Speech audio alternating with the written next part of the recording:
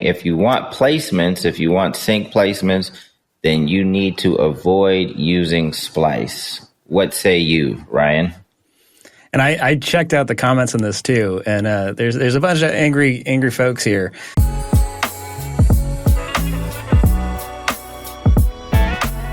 What's going down, everyone? It's the MEC podcast, and I'm always excited when we have a special guest on.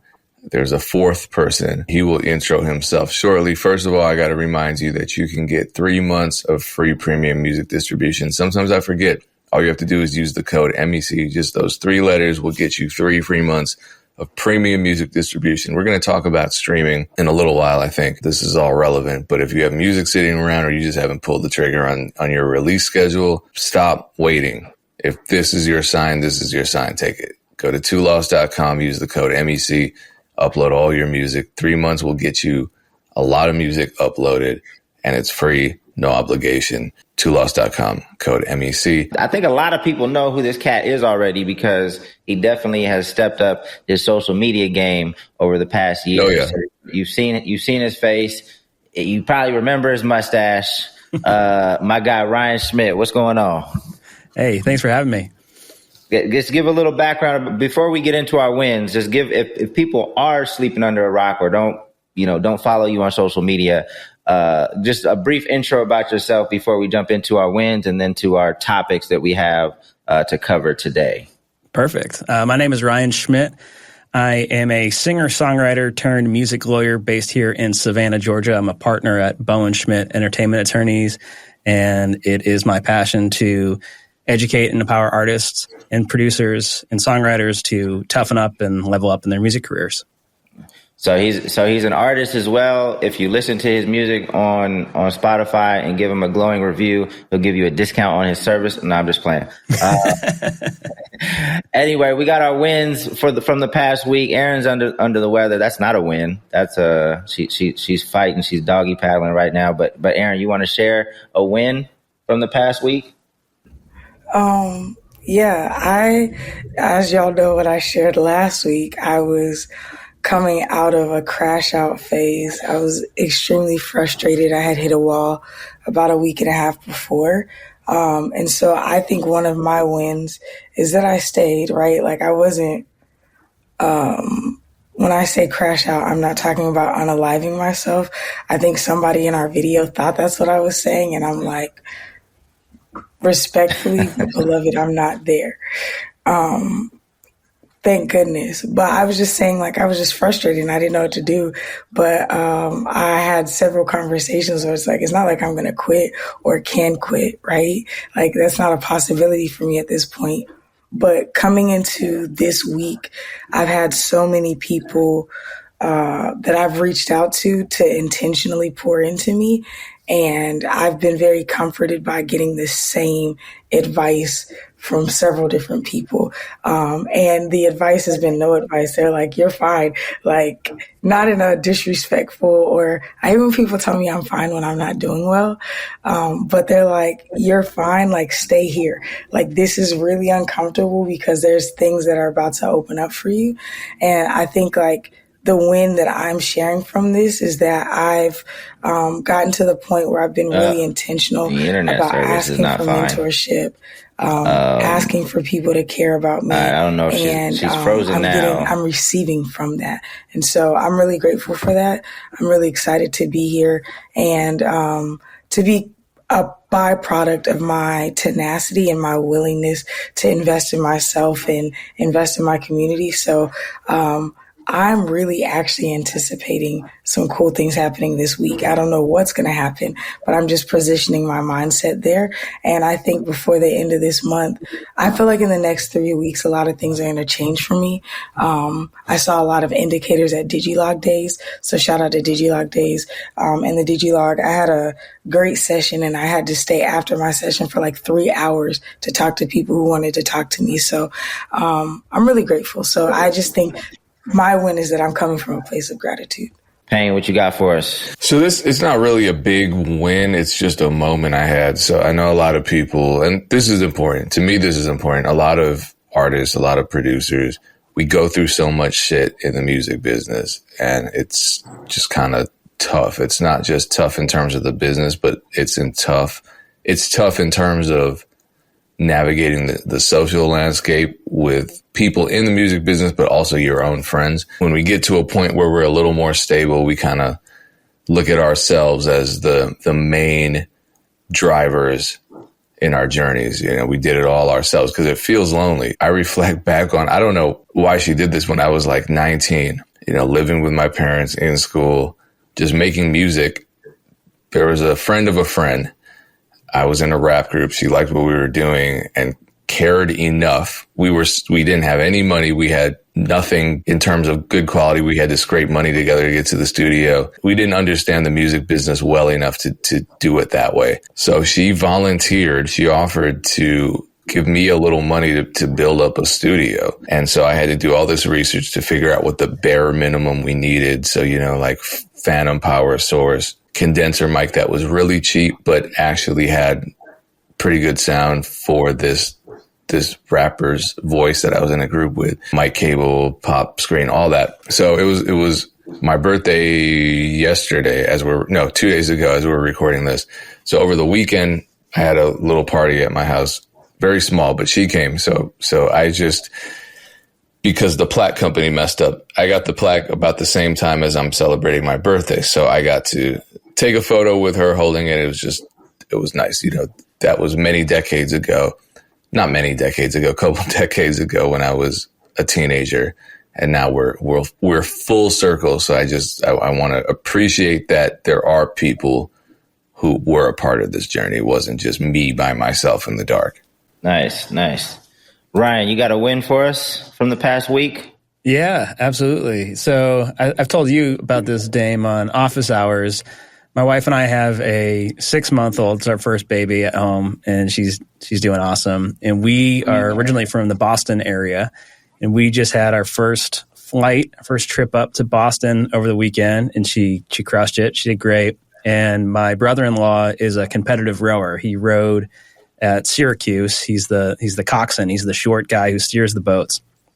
And that's taken him all over the world, and we've got to watch him race plenty of times. And there's this big crew race in Boston called the Head of the Charles Regatta, which is the oldest American crew race in the country. And that was really great to be there and watch him race. And he did great. And it was just a great time to be with the family and be there with our daughter. Dope. That's a lot of wins combined into one, because not having an infant who is terrorized by air travel and then in turn terrorizes air travelers is rare. Yeah, no, she did great. I was pleasantly surprised. Nice. It just hit me. I mean, obviously I'm a fan of sharing wins to build some positivity through the week. But I think at some point we got to share some of our losses as well. So just I'm gonna put a pin in that, but maybe that should be another segment that we do from time to time. Anyway, on my side, got great feedback from Game from the Gods. We're now figuring out what to do next, what cities to hit next. I apologize if you live in a cold city. We won't be coming to your city during the winter. It's going to be West Coast cities only, maybe like in like Arizona or something like that. But we'll figure it out. We'll roll it out soon. So we'll get that information as soon as we know it. We're working on an R&B compilation project here at Two Lost. We already got a lot of really dope records, and we're going to offer an opportunity for the community to get involved. So we're going to want to hear your voices. We're trying to find the people that can really sing. So if you want to be a part of it, make sure you're following the Two Lost page, because we'll have those details out probably in about a month or so. And then also shout out to my guy Kev over at LRG, laced me with some new gear. So I'm appreciative of that.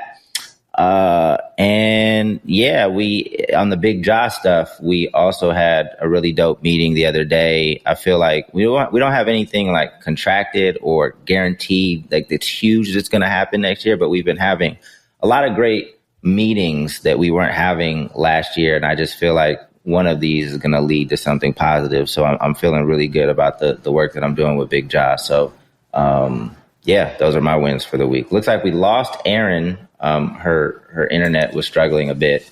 So that's a loss.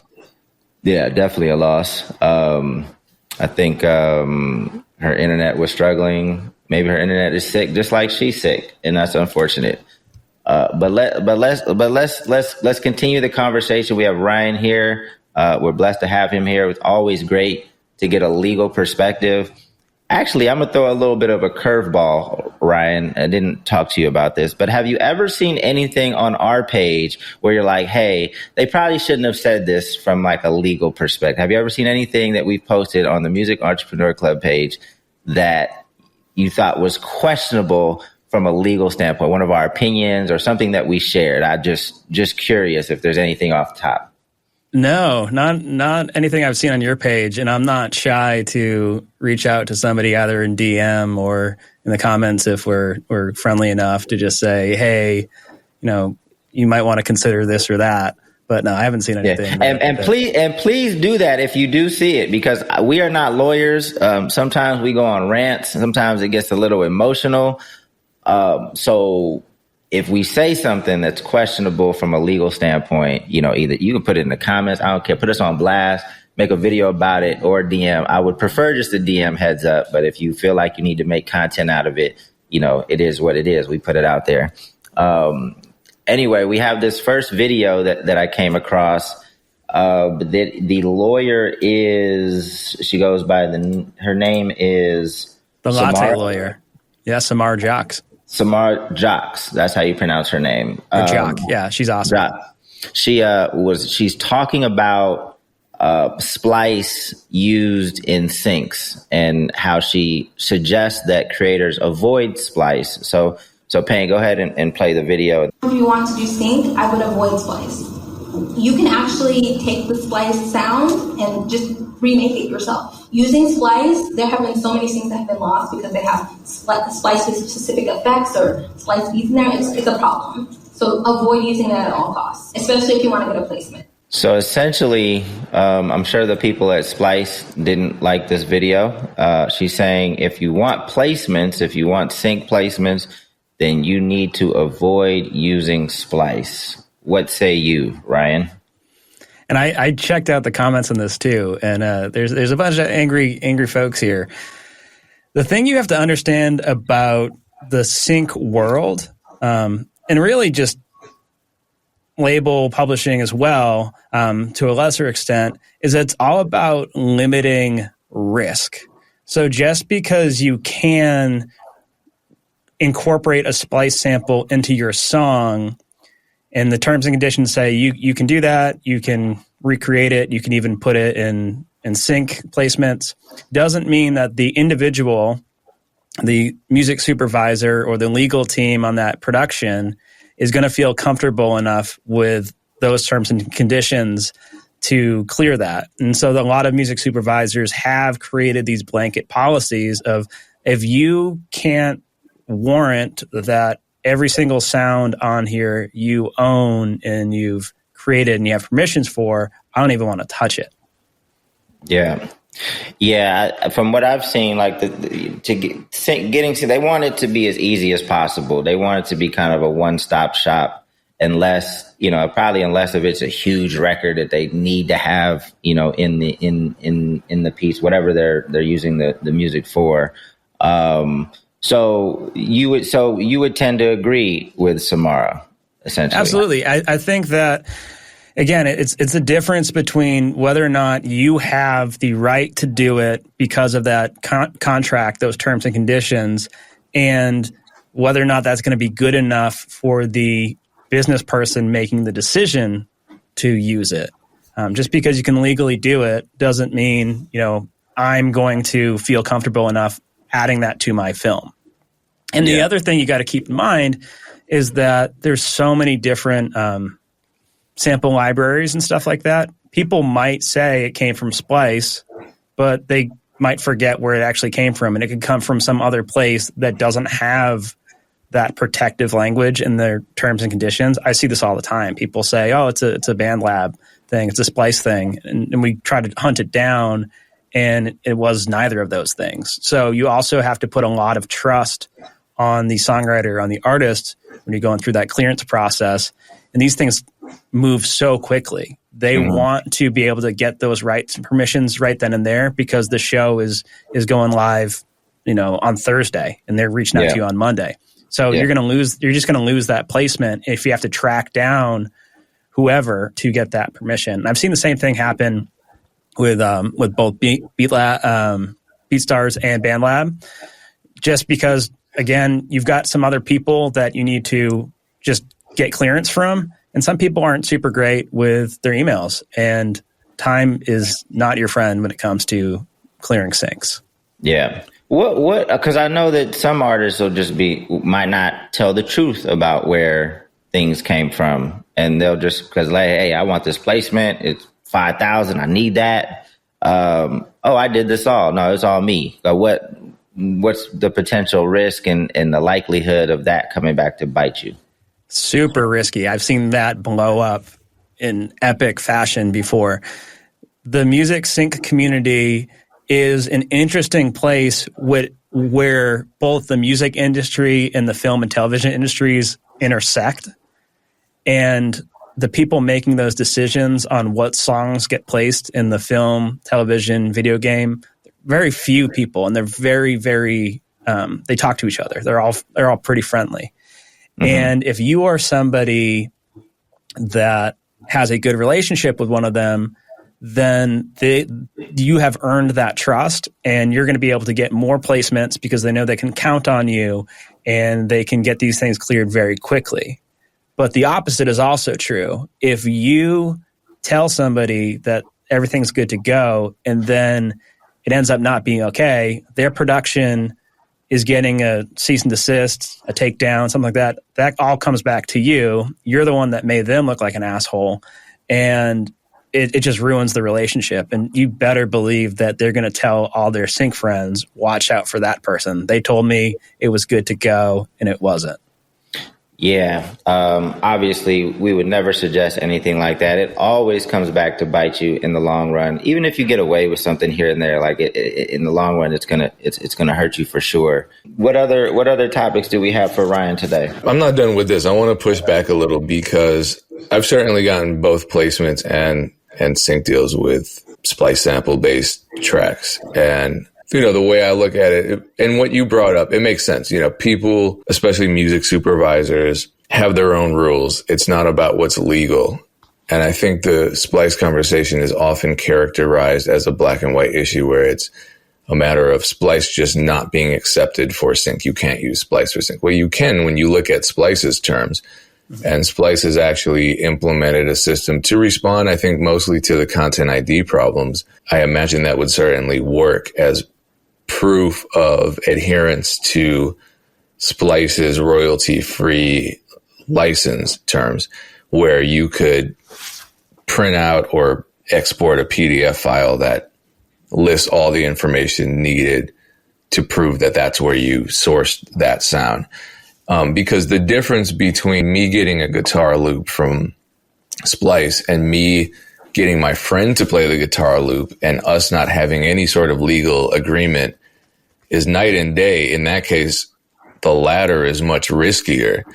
So I would prefer and I think you pointed to this, I would prefer if producers were more prepped rather than scared to use Splice and to deal with syncs. So instead of saying, don't use Splice, you would say, okay, organize your samples, understand the terms, read the end user license agreement, and with certain packs, have your licenses organized. In Splice, you can download the individual licenses for every little sound that you download. So you can have that ready. And then if it comes down to the sync house or the music supervisor asking you to prove that you own this, you have all that information. You don't have to scare them into cutting you out. Because, I mean, I'm not disagreeing with anything you said. The video kind of made me nervous because there is that narrative that you can't use Splice for syncs. You can't use BeatStars for syncs. I made a video about the beat leasing thing because, rappers will see that in the beat leasing agreement, it says no syncs. I'm like, of course it says no syncs, because why would we give you just a blanket license to go and make a ton of money off our music? The sync license is separate. I've gotten tons of syncs. All the artist has to do is say, hey, I lease this beat from you for, $50. It's getting synced. What do? Oh, just tell the people singing it to send me an agreement. Mm-hmm. And then we do it. And then that rapper ends up making $1,000 off a $50 investment. So life is good on that front. So I think there's a lot of fear. Why does it say no syncs if in reality it's like, hey, we just need to negotiate this? Like, shouldn't it? Because if the agreement said you can synchronize this track, that would mean you already have basically a pre-agreed upon sync license where... No, but I mean, it doesn't have to say no. It says you can say syncs if, but like there's more room on the page to explain like what you can do. And artists, Dame, if you give them an inch, they're going to take 38 miles. I get why he says no syncs, because it's like that way you just stay away and then they're like, hey man, I got to sync. They come back to you. You know what I'm saying? I get it. But if it says no syncs, they might. It's probably when there's an opportunity that presents itself in their mind. It's like no syncs. All right, I'm gonna use this other song. You know what I mean? Like, I think that's a risk. Yeah, and I think that's the risk of legal language. Ryan Smith can speak to this, where legal language can often appear terrifying because it has to be as airtight as possible. And the problem is people see that and they freak out because they don't really understand it. And rather than just communicating, I think that's another solution to this, just communicating. Rather than communicating, they react. Absolutely. I mean, I think you hit the nail on the head about like legal language being overly burdensome and complicated for most people. And there's a real push to move to a more plain English way of contract drafting, which I'm a big supporter of. I've seen some distribution companies where even the artists I'm working with say, I actually read that contract and I understand everything it says. And I think that's awesome. I think having seen so many different artists not understand what their leases say or what their distribution record deals say, it's one of those things like, if the contract said you can sync, but only under these conditions, XYZ, they might just see you can sync and go with that and not even worry about the additional conditions. On the flip side, you could say you can't sync unless you seek prior written permission from Payne. And there's different ways to finesse that, but yeah, I do think that you do give you run some risks if you put in the permission first. You should have some safeguards there. You run a risk either way. It's either the person is reactive and doesn't communicate, or the person is given an inch and takes a mile, and you have a legal battle on your hands. And I don't know what's worse. I guess the legal battle is better because at least you have a chance at winning. And if they never seek an opportunity, then there's nothing to win. This is my final pushback, because this part of the video terrified me. Just this one part. This is all she says. You can actually take the Splice sound and just remake it yourself. I was like, whoa, wait, no, you can't. So let me clear my head. So what she's saying is you can't. You might have a problem using a Splice loop in a sync. However, you legally, based on Splice's terms and conditions, can use a Splice loop in a sync. In Splice's legal terms and conditions, you cannot just remake the loops and then somehow transfer ownership to yourself. I think to give her the benefit of the doubt, what she was trying to communicate is that you can compose something similar that doesn't infringe on the copyright owner who composed that Splice loop. But even that is legally problematic, because I've been in that situation with labels where we'll use a sample and they're like, we can't clear this. And I'll say, okay, cool. I will remake it. And I have to remake it for the Pooh Shiesty record. We did damn near 20 different versions of it until the label finally says, okay, the musicologist cleared this. This is dissimilar enough that we can get away with it. And I was like, it's been dissimilar. What are you talking about? But they really want to cover their asses because they don't want legal problems. So I wish he hadn't said that, because now you're going to have producers looking at that and saying, oh, a lawyer said I can remake a Splice loop and be legally clear. And that is not true. You can't remake shit and be legally clear, because you are infringing on someone's underlying composition copyright, not the sound recording. Cool. You've squirmed away from that. But even then, I'm guessing that's probably problematic given the royalty-free terms of Splice and other sample packs. You know, like if someone contacts me and is like, hey, I don't want to pay you. Well, for me, that wouldn't make sense. If someone's like, hey, I don't want to pay you master clearance, so I replayed your sample, I'd be like, well, you're a moron, because I didn't ask for master clearance to begin with. You just, okay, so you're still going to give me 20% because that's what it says in my terms. So why did you waste your time? So I think that's just a little scary. I don't know the lawyer myself, but I wish he hadn't said that. Payne, so obviously you're on BeatStars. How do you work out sync? Somebody use your beat, they come back to you and say, hey, this is in a new video game or a new movie. Like what are your expectations from a percentage standpoint on the publishing side and the master side? I mean, I've never honestly had anything other than just what's legal being offered. What's I would say what's standard, which is just whatever you own, that's what you get. Whatever, you know, you if you're a co-composer and there are two of you, it's probably going to be 50-50 unless you have something worked out with them. So the couple times I've gotten syncs off of BeatStars tracks, all I told them was, hey, you know, just here's my info, have the company reach out, because the artist isn't synchronizing my work. A third party is synchronizing the new work, which is the song, which entails my beat as well as the artist's lyrics and their recorded voice. So they just issue the standard. I mean, syncs, I love syncs because, like Ryan was saying, there's that world moves so quickly, they handle business right away. So it's not like the music business and it's the music business, but it's kind of outside of it. With the labels, they're like, yeah, you got this placement. I've waited 5 years for a song to drop. Sometimes the songs never drop. Usually with syncs, that happens with syncs where it never drops, like what happened to me with the Creed soundtrack. That's why I was talking about that Ari Lennox song that I wish she would drop.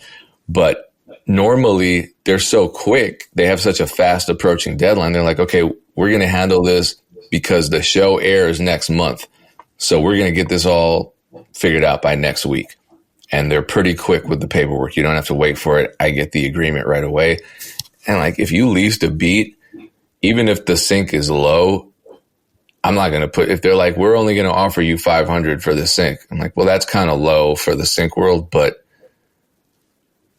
you know, the artist leased the beat. I'm not here to stop their money. I'm just going to sign it. I know, but percentage, like with Funk Volume, we never used BeatStars beats. So are you saying, is it typically what, 50% on the publishing and then what, if anything, on the master? No, usually it's actually, because the publishing gets weird with syncs, because usually the company that is, Ryan, you can explain this more eloquently. Usually the company that is placing that song in TV, film, or commercial is acting as the publisher. So what ends up happening is they're taking 50% of the underlying composition, and you as a writer, you're getting a sync agreement based on what you own.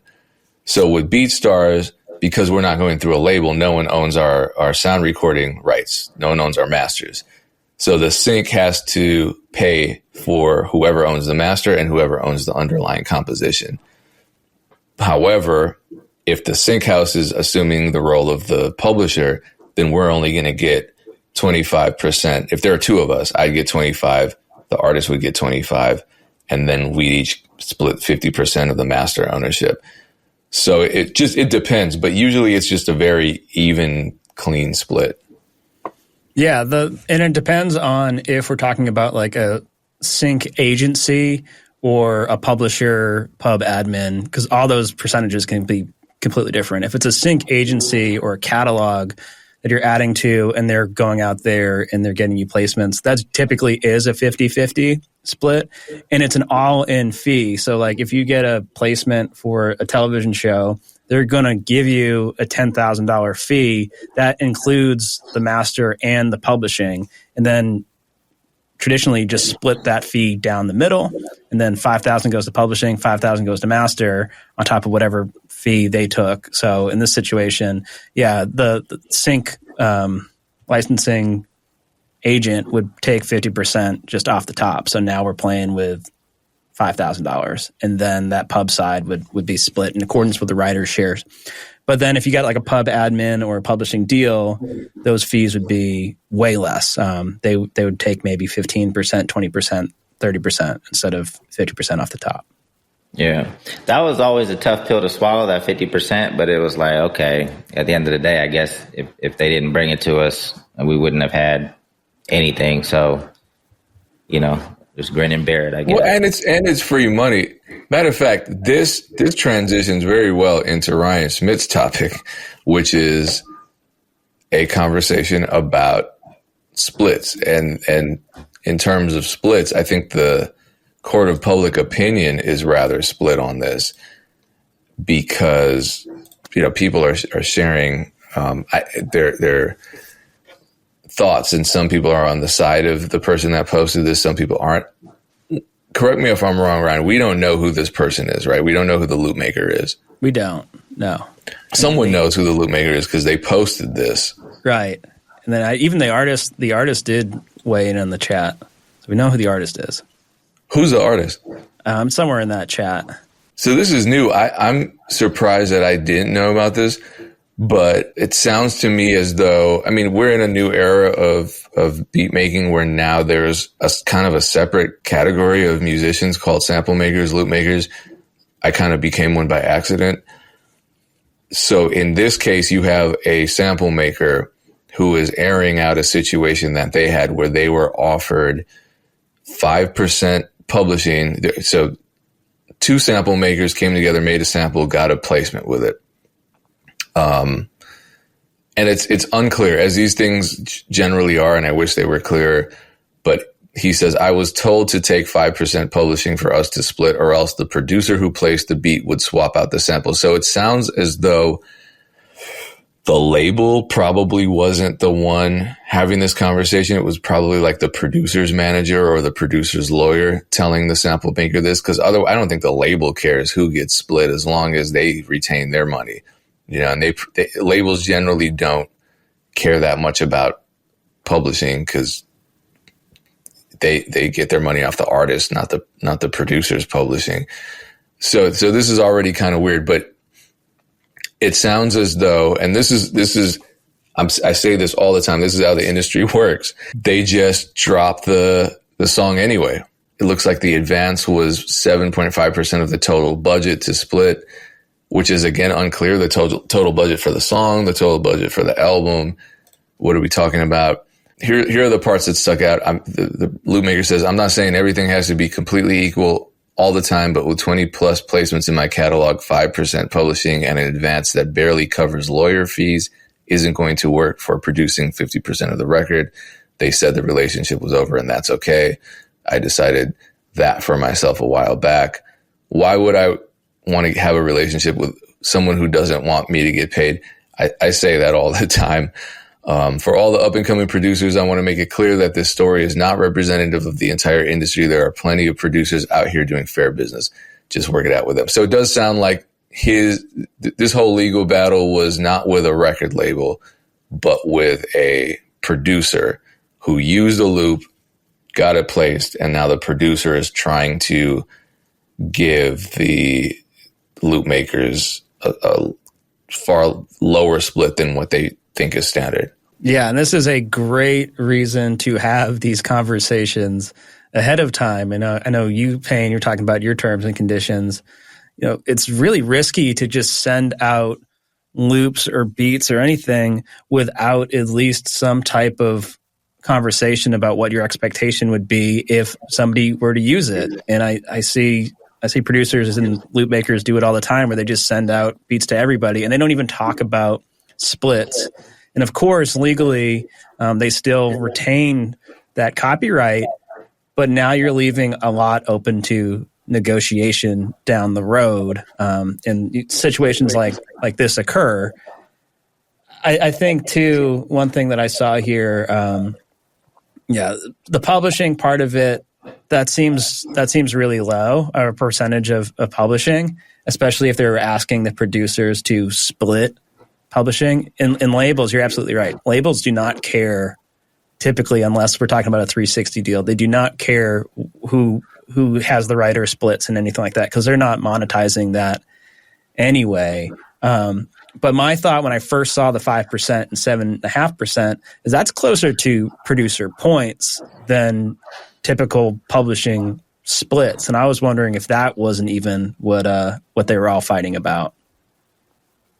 Well, so what would be fair in your opinion, from you, Payne, and Ryan? Like, what in your from because he contributed a little. And Payne, you're gonna have to excuse my ignorance on like sometimes loops can be like much bigger parts of songs than others, right? It's not always like, you know, sometimes that could be like the main part of the song or like the most interesting piece of the song, and sometimes it can play maybe a smaller role. So, but from your perspective, like what without knowing or hearing the song, like what would be closer to fair? Don't always agree with producers on this. I've done this just for the equity in the record. And I've also done it where I've gotten paid in advance and gotten equity. I think it just depends on how the sample is used. It depends on who we're working with, what they're willing to give up. I mean, when I've gotten, I'll put it this way. I've gotten placements with loops I've made and gotten, like there were 3 of us on the Pooh Shiesty record. I made the loop. I got a third of the advance and I got a third of the publishing, even split. They insisted. Gold Hayes and JD Feng are just good people, and they wanted things to be split. Now, had they said, you know what, we're going to take the majority, we're going to give you 10%, that wouldn't make them bad people. I think that's still fair. They got the placement. You know, it was a loop I had in a pack, so it's not like I really was invested in the project from the beginning. So that's all fine with me. I think for me, when I'm working with loop makers, I'm just assuming that we're going to do an even split. But I really want to know. My problem with loop makers is always that I just wake up as a new loop maker in my inbox sending me loops saying, hey, bro, love your shit. Here's some hot fire. Let's get some placements. It's like, let's get some. Who are you getting placements with? You're depending on us to get you placements, acting like I'm in LA right now surrounded by rap stars when really I'm just grinding harder than you are. And you're not telling me what your terms are. So if I get a placement with this, all of a sudden you're going to ask for a sample clearance fee or something ridiculous. And I'm going to regret ever working with you. So that's why I'm very closed off to working with new people. I kind of work, thankfully, with the talented loop makers around me that I've been through this shit with already. So I know where they stand. So I'm digging through the loop section, the comment section. I want to make beats. Shout out to Dreidel. DJ Dreidel says, I'm 99.9% sure I know it. I'm trying to piece things together. I guess this is what this was a Future record. I think it was on the new Future mixtape. I think it was produced by Smat Certified. If I'm wrong, I'm so sorry. But Smat Certified is in the comments. And Dreidel says that the loop maker is leaving out a lot of information. He says, number one, he didn't produce 50% of the record. It was a loop and it just repeats itself throughout the song. The term produce 50% of the record is an effing stretch. Not only that, but he was invited to the session and decided to bring his producer homie who wasn't invited. So that's another split. So now two producers in the room and the loop had another producer on it. Now 3 producers on one loop. That's why it was 5%. So that kind of makes sense. I mean, if I'm asking for like 20%, that's vague because is it 20% of the overall 100%, or is it 20% of what the producer's getting, which is 50%? In that case, I'd be splitting with my co-producer, and that percentage would be closer to 5%. I still think 5% is low, but again, I wasn't there. Also, to the producer from this post, if you see this, what I said isn't. I don't know what that means. I think like people. I mean, obviously, there really is no standard, right? Like it really just comes down to communication. Because even with what you said, it's kind of I could see a Loopmaker having an issue potentially with how you originally set up like your splits, like saying, "Oh, let's split it evenly," right? Because a Loopmaker might be like, "Okay, now you got 3 other producers on it, so there's 4 of us splitting 50%." But then what if there was only 1 other producer? So now I get 25%, but I did the same work. So how are you like going up and down with my percentage? And I did the same work. It's you that keep adding more producers. So I could see how, just like a lot of other conversations in the music industry, this can get messy. So the communication just has to be on point. I think you definitely have to factor in the relationship and how you value that going forward. Because I think the way you do it makes a lot of sense for the relationship. Like, okay, hey, we're not even gonna argue about this. We're splitting it even going forward. You love working with them, they love working with you. We keep it rocking. So I see how it just can become a complete shit show as well. It just goes back to what Ryan says, just about communicating up front and early before things. There's a bunch of money on the table or anything like that. Well, let me ask you this too, because it sounded as though he was negotiating an advance from a team of producers. And according to the comments section, I saw this come up a lot. The Loopmaker asked for $15,000. So how does that change the conversation? Sheesh. Yeah, I mean that's high, and what the other producer said that was higher than the overall budget and fee that the producers got. So you can't ask for more than anybody's getting. The money just doesn't exist.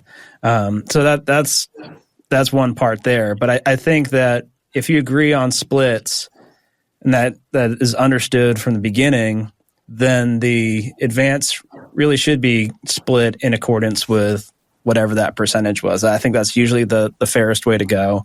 But I think that between the percentages that were used, bringing friends to the studio, messing this whole thing up, and then airing out the dirty laundry, my guess is that this is somebody newer in the game, because it makes a lot more sense to treat this as an expensive lesson and hit them next time. Like next time I'll have that conversation. We'll get it all taken care of. We're going to make 1 million songs together. It's good to go. This guy just didn't choose to do that. Well, that brings up another narrative that I hear, and it's more of just an expectation that producers who aren't necessarily in the music business have. What would you say for a major label project? What can producers expect as an advance? Well, like a range. I've seen if we're talking about a major placement, I've seen as low as 500 for a song, and I've seen as much as, and this is like a producer that isn't a household name. I've seen as low as 500 and as much as 35,000 for an advance.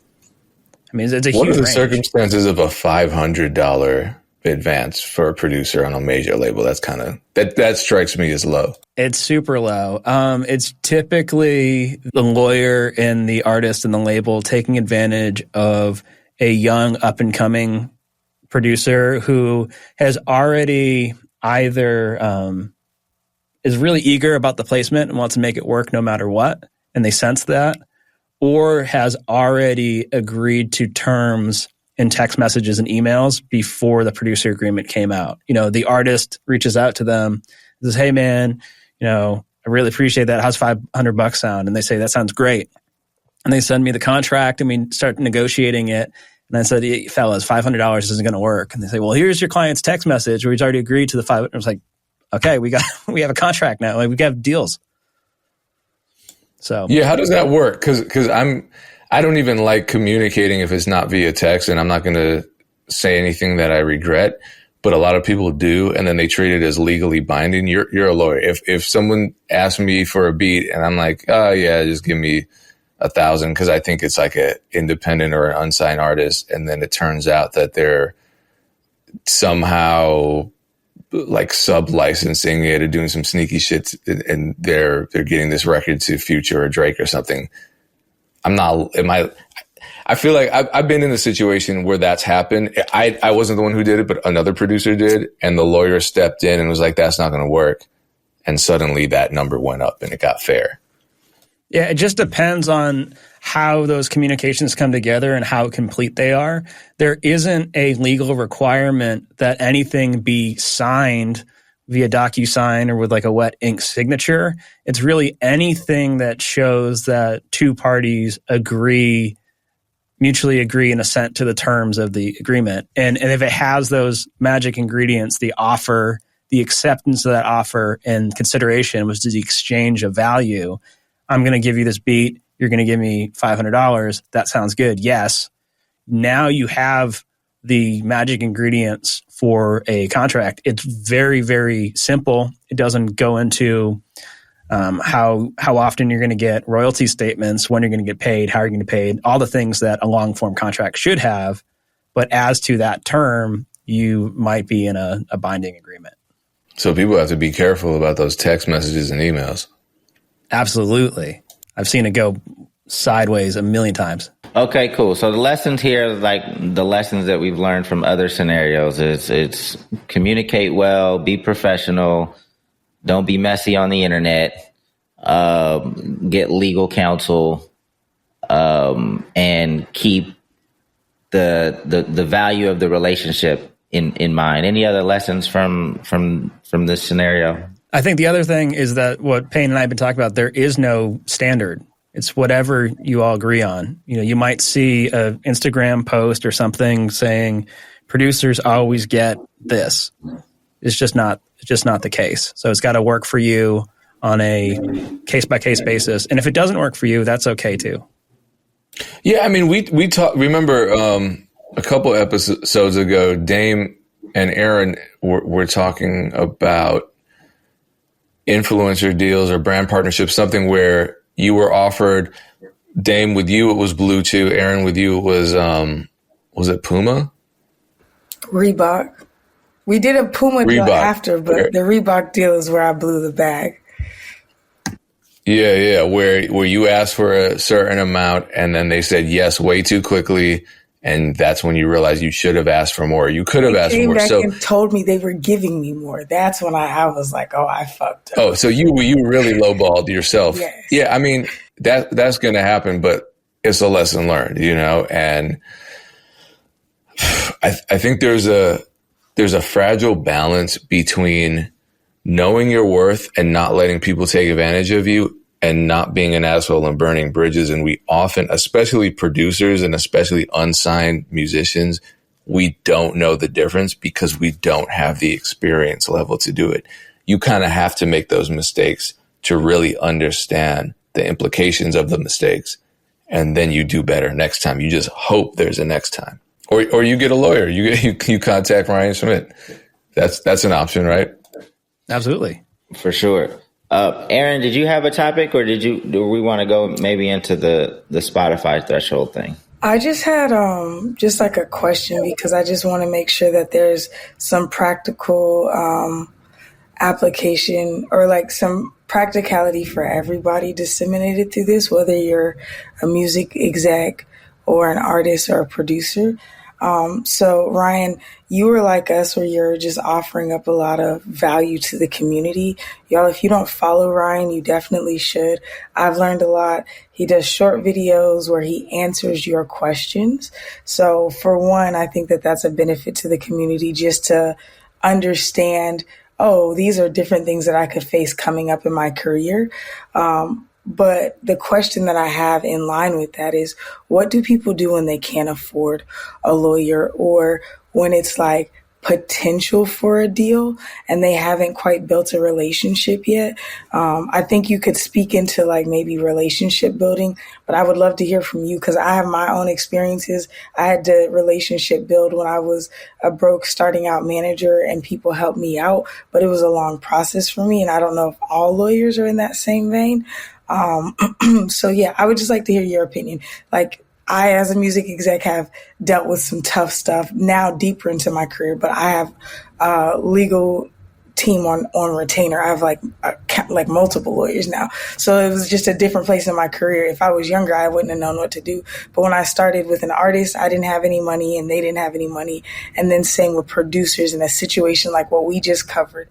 What happens when you're like, oh, I don't have any bread, but I kind of want to walk away if they don't treat me right? That means I end up having to pay the lawyer and I didn't get anything. So could you speak to that just for a second?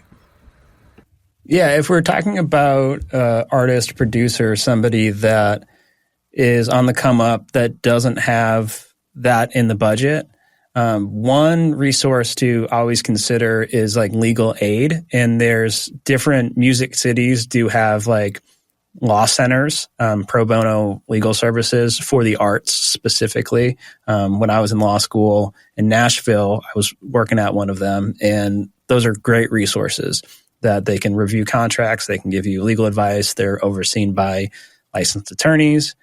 Other things that you can do, especially if there's a deal that is potentially on the table, is you can always ask the person that's offering you the deal if there's budget for them to cover your legal fees.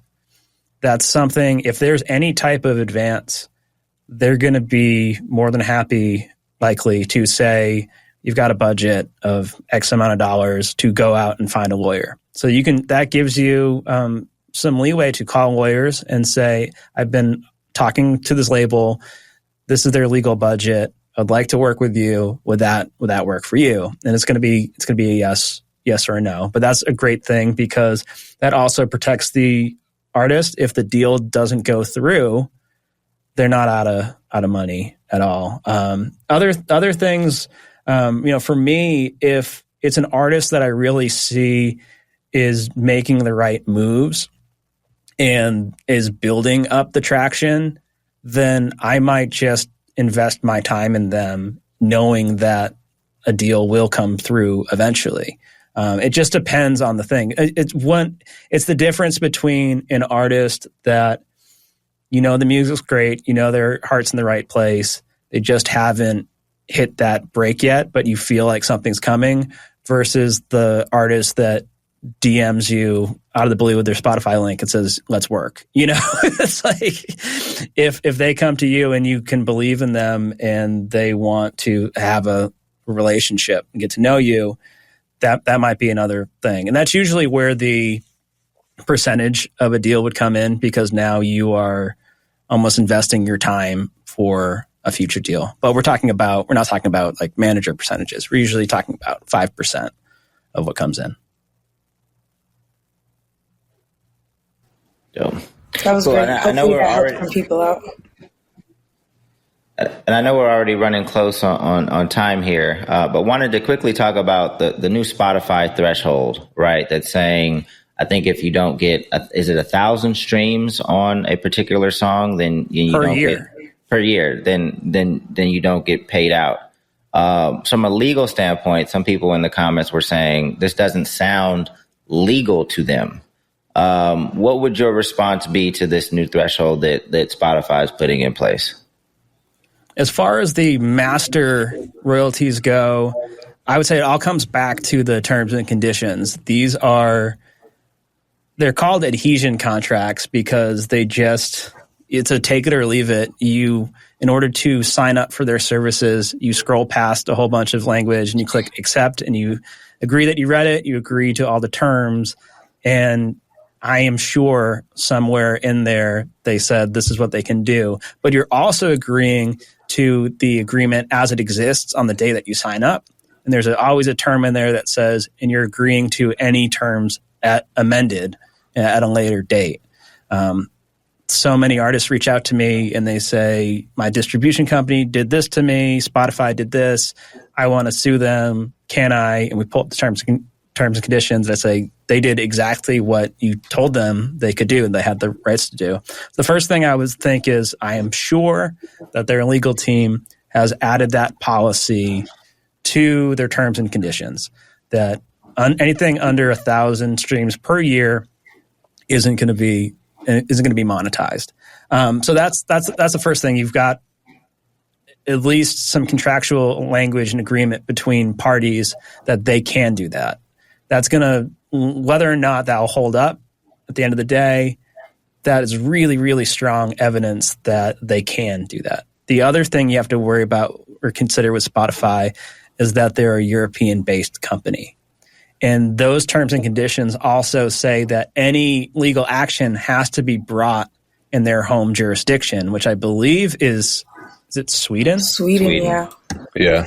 So yeah, you have to hire a Swedish attorney and you have to fly out to Sweden to be able to sue them. I've run into this situation before with legal action that I've had to take against Universal, who's in the Netherlands. It can be very, very difficult to take legal action against somebody who is not in America.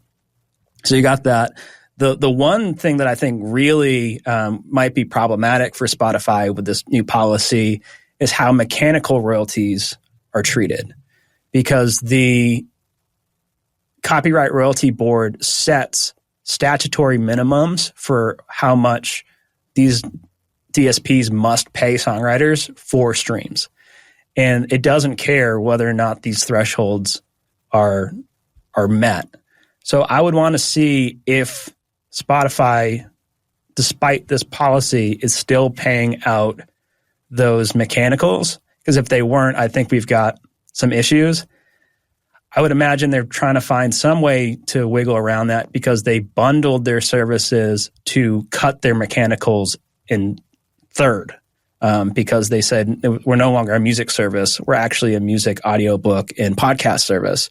So the amount of mechanicals just dropped down to 33% overnight. I always wondered about that because mechanicals are set by the federal government. There's a statutory minimum. How is a company just able to say, yeah, we know what the law is, but we're not going to do that?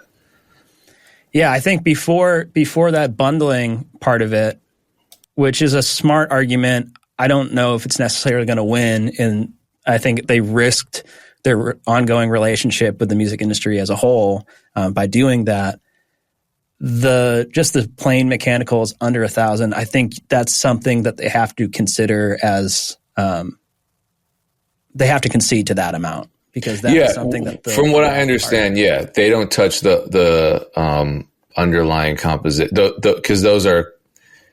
I mean, you can mess with the sound recording royalties all day because you're in bed with the labels, but you're not in bed with the PROs and you're not in bed with whatever governmental arm controls and sets the statutory minimum for mechanicals.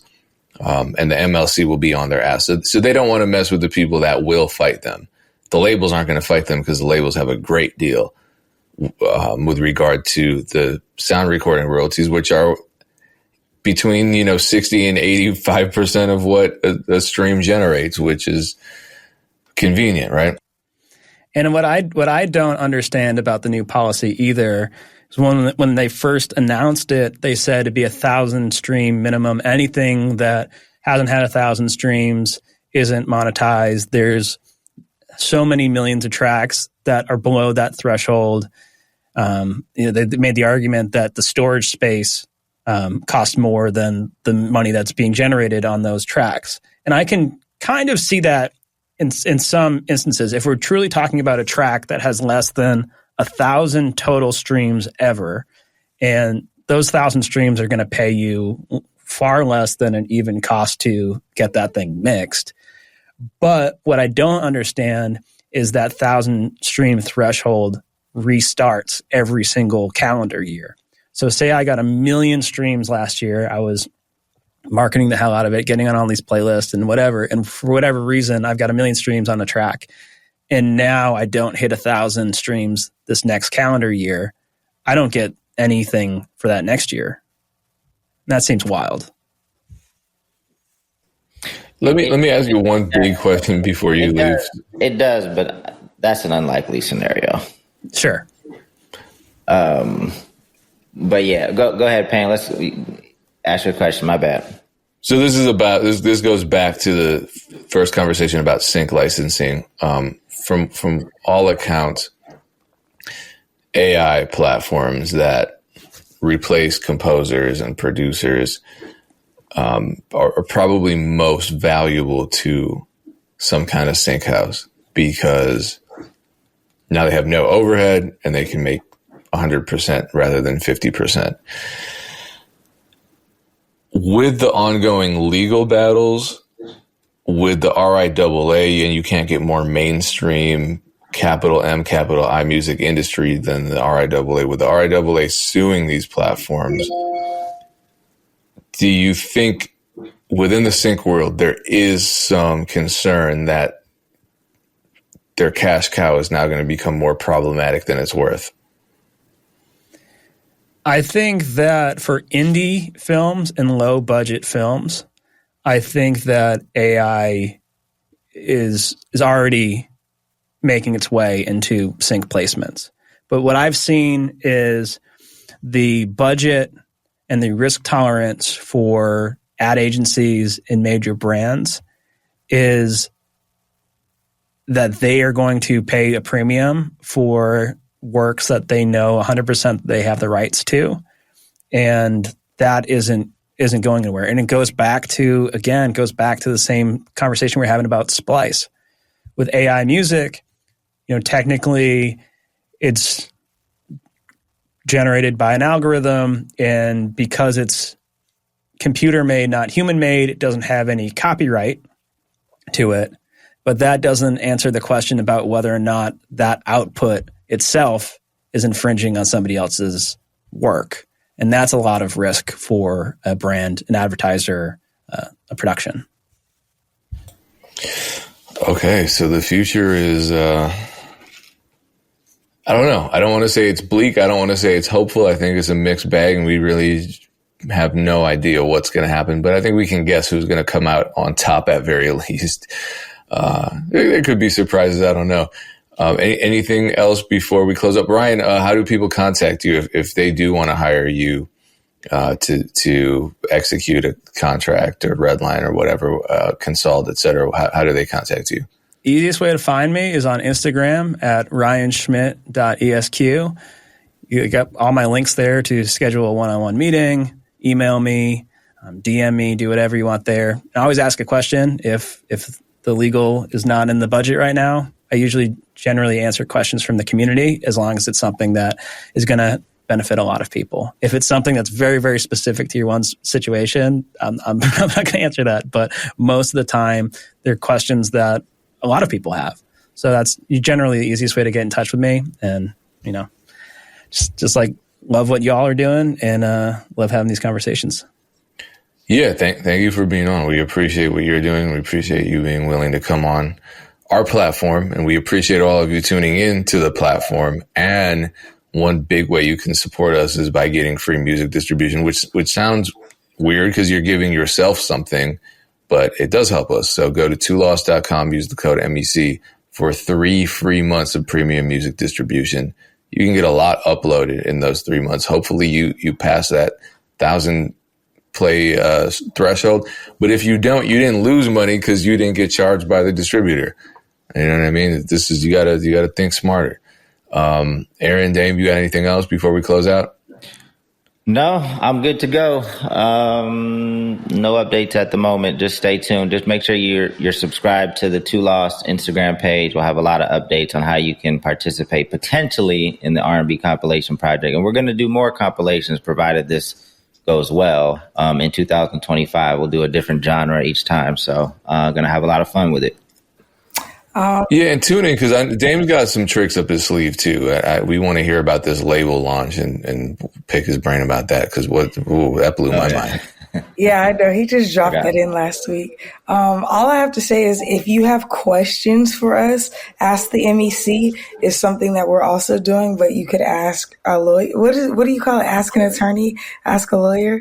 Ask a music lawyer anything. Okay, yeah. So we do Ask the MEC occasionally, but if you have a legal question, please submit it to Ryan on his page. But also, if y'all have specific questions or people you'd like to see on this channel, we're trying to do at least one guest a month to help serve our community. So y'all make sure you comment or DM us or, hit one of us individually. But thank you guys so much. Thank you, Ryan, for coming on this morning. We're very grateful to you. Thanks for having me. Peace. Appreciate you tuning in. Peace.